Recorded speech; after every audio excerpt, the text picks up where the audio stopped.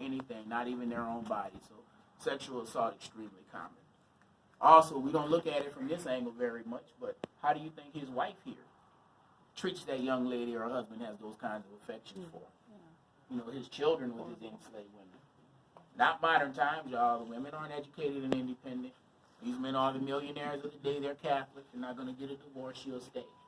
But you can imagine the anger and frustration that she takes out on the people here. Also, never believe that Hollywood myth of there being a complete disconnect between those in the house and skilled position and those in the field.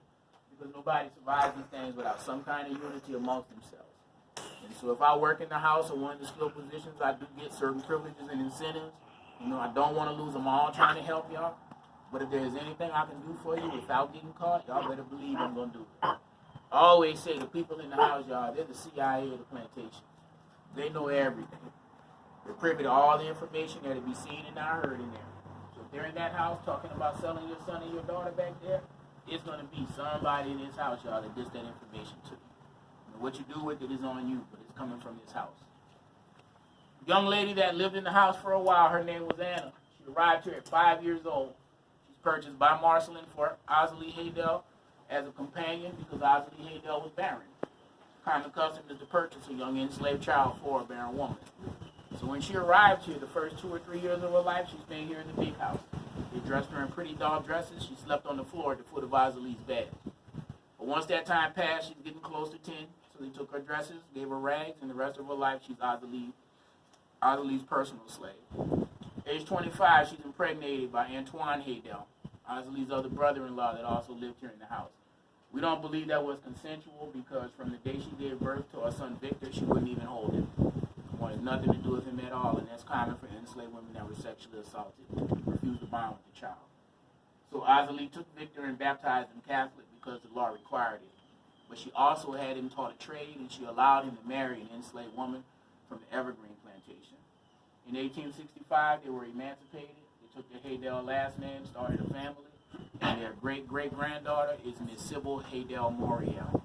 She's a lifelong civil rights activist, author, and educator. Her husband was Ernest Dutch Morial, first African-American mayor of the city of New Orleans. Her son Mark was the third African-American mayor of New Orleans, and he's the current president of our National Urban League. And those people, y'all, they trace their heritage back to a child purchased as a companion for a barren woman.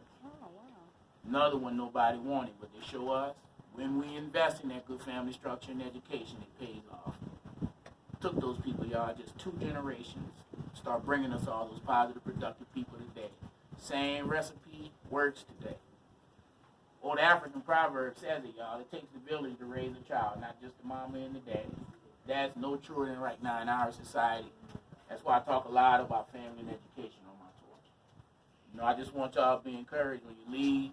Come in contact with our younger generation out there, related to you or not. 5 or 10 minutes of your time is usually all it takes.